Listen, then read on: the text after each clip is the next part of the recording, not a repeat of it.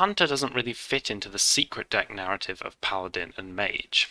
Where the story of Secret Paladin and Secret Mage was primarily a wild-focused one, the story of Hunter will be much more standard-based. Hunter has always had a few good secrets that warrant inclusion in decks without necessarily any synergy beyond the evergreen Hunter card, Eaglehorn Bow.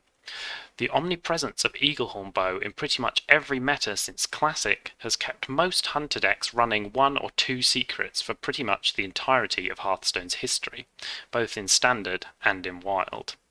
The exact number and type of secrets has changed over time, so I'll give a brief outline of how the most popular secrets have changed. In Classic, Explosive Trap, Freezing Trap and Snake Trap all saw inclusion in a wide variety of Hunter decks. The effects were good enough on their own to warrant inclusion in most cases, and they also had the upside of giving more durability to Eaglehorn Bow, as mentioned previously, so they became a staple inclusion in Hunter. The Grand Tournament would see the addition of Bear Trap, a very solid secret for the time, which usually replaced Snake Trap in most Hunter decks while the Grand Tournament was in Standard. League of Explorers added Dart Trap, a lackluster card primarily due to its random nature. It often ended up killing a minion with less than 5 health, and the trigger of the opponent using their hero power gave the opponent a lot of control over when it would be activated. As a result, the card saw little play. One Night in Karazhan saw the release of Cat Trick, a strong secret with a new trigger condition of using a spell. The secret saw plenty of play, usually replacing Bear Trap, as a 4-2 was just better statted than a 3-3 for aggressive decks, which were favoured by Hunter at the time. Cloaked Huntress was also released at this time, providing the effect of making your secrets cost 0 as long as it was on the board. This seemed good, but it was nowhere near as powerful as something like Mysterious Challenger. You had to actually have the secrets in your hand to get big value off of this card, which meant that not only did you have to include a lot of secrets in the deck, but you also had to draw them. As a result, the full Christmas tree for Hunter was a rare occurrence with this card. Nevertheless, the card saw play alongside Eaglehorn Bow in any deck including secrets. A 3-4 body was decent enough for 3 mana at the time, and the card gave the occasional bonus of a few free secrets when it was played. This contributed to a solid secret package for Hunter, but nothing like an entire secret deck. Mean Streets of Gadgetzan saw the addition of Hidden Cache, which was probably the worst Hunter secret of all time. Giving a minion in your hand +2/+2 for 2 mana wouldn't have been good enough on its own, and in fact most hand buff cards released in Mean Streets fell a bit flat. Perhaps a topic for another time. In addition to this, the fact that it had to be triggered by the opponent meant that the card was just never a good use of mana. It saw a little experimentation at the beginning of the expansion, but no meaningful play. The start of Journey to Ungoro meant rotation to Wild for Bear Trap and Dart Trap, but otherwise the secret package for Hunter remained intact for a few expansions going forward. Knights of the Frozen Throne saw some secret support for Hunter in the form of Venom Strike Trap and Professor Putricide. Venom Strike Trap simply wasn't as good as Cat Trick for the type of gameplay that most Hunter decks were going for, so it saw very little play.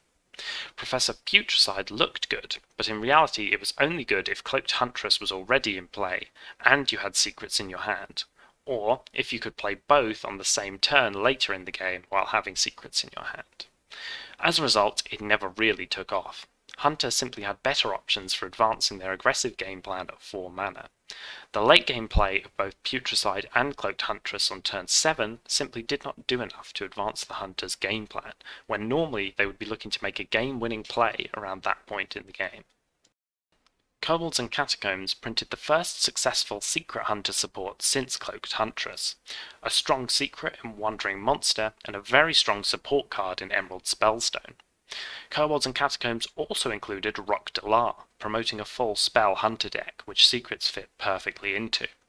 At this time, the secret package for Hunter was at its most developed since Classic, either with Cloaked Huntress in a normal aggro deck, or without Cloaked Huntress in a pure spell deck. 2 copies of Wandering Monster and Emerald Spellstone would usually be included in both decks. With the introduction of the Witchwood, Cloaked Huntress and Cat Trick would rotate out of Standard, cementing Spell Hunter as the premier secret-using Hunter deck for the entirety of the Year of the Raven. Rat Trap was also introduced here, summoning a 6/6 rat if the opponent played 3 cards in one turn.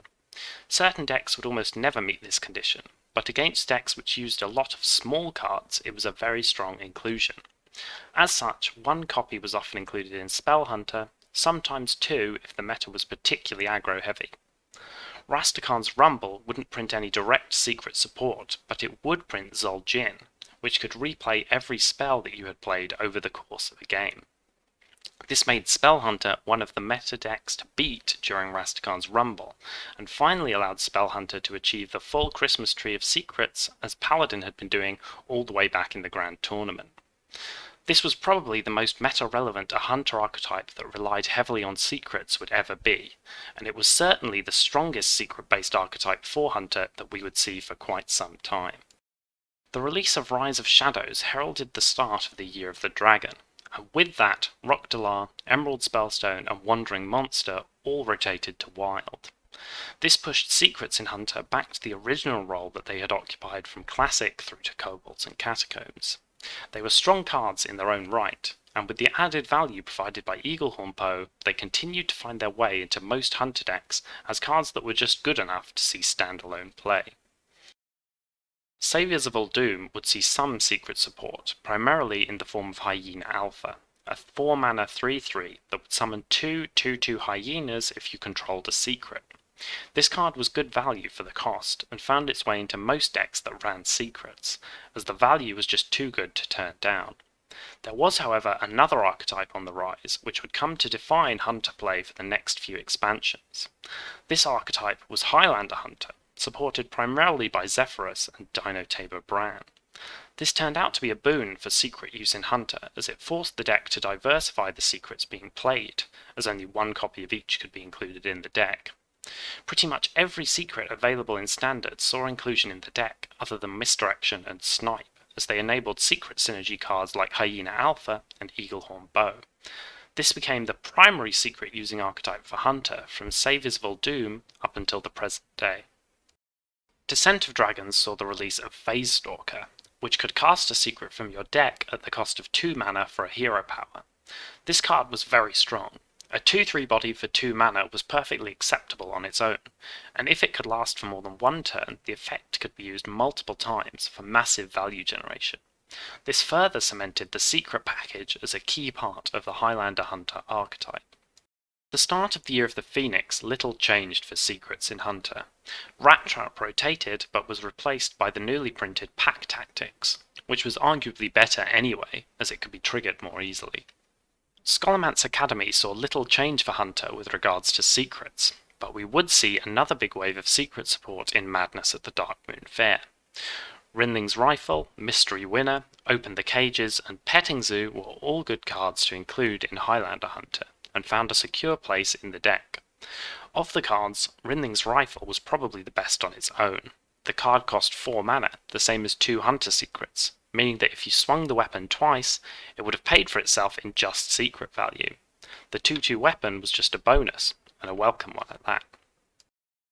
This brings us to the current state of secrets in Hunter. They are mostly included as a strong package in Highlander Hunter, but there is no real secret Hunter deck to speak of. With the upcoming Forged in the Barrens release, all of the Highlander cards will rotate from Standard, effectively killing the archetype.